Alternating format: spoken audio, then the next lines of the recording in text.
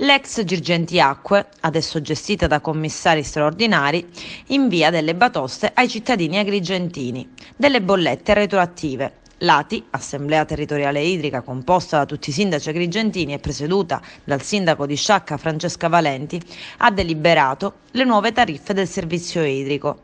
Ebbene, in ragione di ciò, l'ex Girgenti Acque ha ritenuto di inviare delle bollette idriche a conguaglio a decorrere retroattivamente dal 1 gennaio 2018 ad oggi. Le bollette inviate sono maggiorate a seguito di tale adeguamento alle nuove tariffe che sarebbero state deliberate dall'ATI e l'ex Girgenti Acque nelle stesse bollette spiega il contenuto della delibera 3 del 2020 dell'ATI e prospetta nuovi aumenti con le prossime bollette.